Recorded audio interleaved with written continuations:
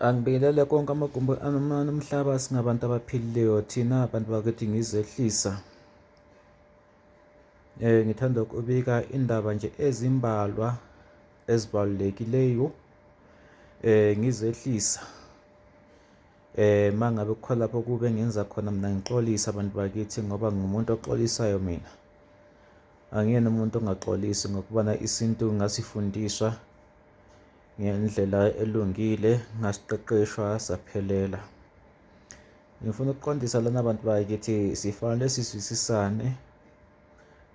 Emsebenzini nami kuba nolayini. Makusiba nolayini-ke ngosuku ikakhulu lana endabeni zabantu bemali zika-overnight lezi ezingena kwi-akhawunti. Imali ezingena ku-akhawunti bakithi uzothola ukuthi mhlawumbe nawe kunabantu abayi-3 phambili kwakho. Ufanele ulinde ngokubana ngosuku ngisiza abantu abayi-5 ngiba-activate-ela imali zabo. Leyo nto ikhona abantu bakithi. Uyafaka u-2,000 ungithumele i-akhawunti yakho, ngithumele amagama akho owazalwa wetha ngabazali.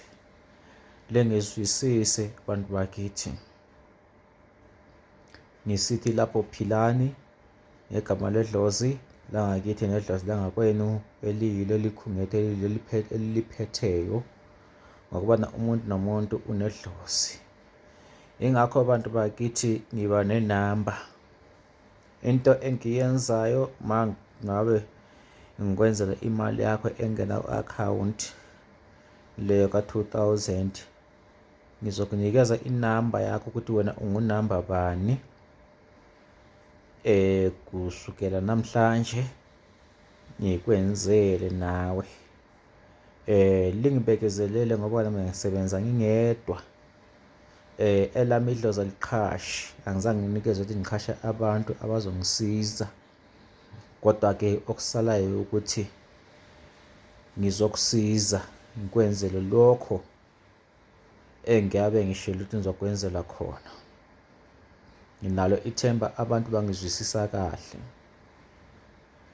Uma ngabe lingangizwisisi kahle ngoba bakhona abantu abangasazi isiZulu, isiNdebele sami esinqamukile, isiZulu sami esinqamukile, ungasho ukuthi ngichazele ngesiLungu, ngizokuchazela.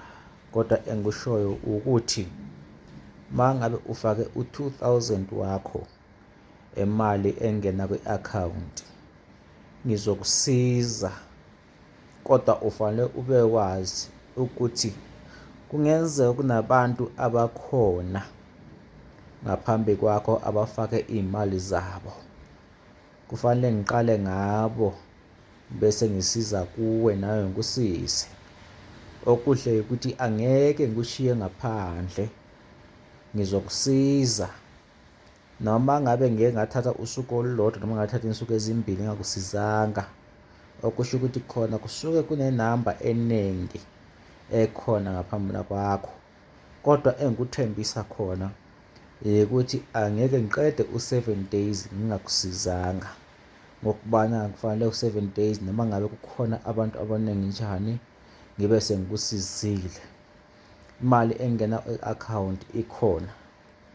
Inhlanga ze-gambling zikhona. Inhlanga ze-gambling Nkosi yami ufanele ungizwisise zingu-3.5. Inhlanga ze-gambling zingu-3.5. Inhlanga ze-gambling asiziposi, umuntu uyazizela sizomenzela zona lezo nhlanga. Bese sibuya endabeni yesandawana semali. Buya nesikhwama sakho uphathe imali engango-6.5.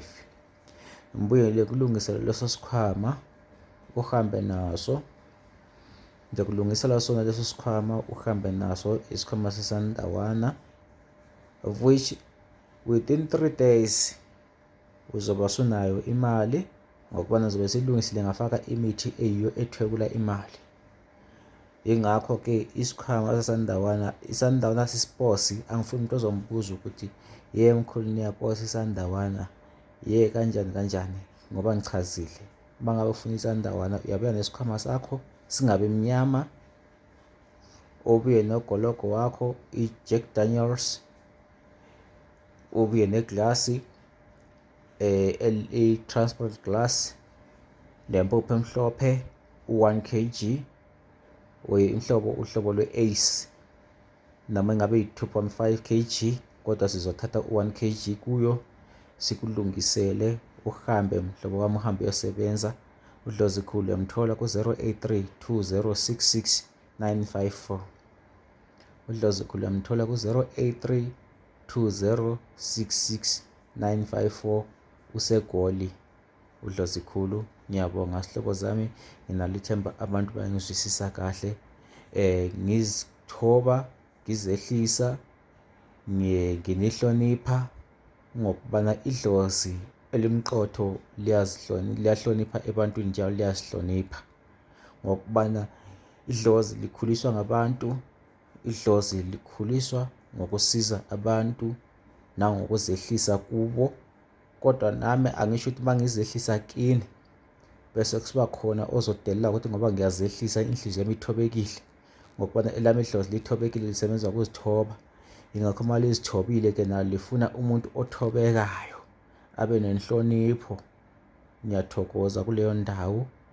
Ungangi-WhatsApp-a ku-083 2066 954 from 9 a.m. to 8 p.m. From 9 a.m. to 8 p.m. Ngiyaphinda, ngifuna abantu bangizwisise.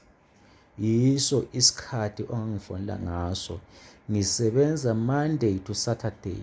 Sunday angisebenzi. Noma ungangithumela uWhatsApp ngeSunday, kodwa uWhatsApp wakho ungithumele ngeSunday, noma ungifonele ngeSunday, ngizoze ngikufonele back ngoMonday, ngoMsombuluko. Ngiyabonga abantu bakithi, ngithokoze, ngisithi philani lapho elikhona konke amagumbi amane omhlaba.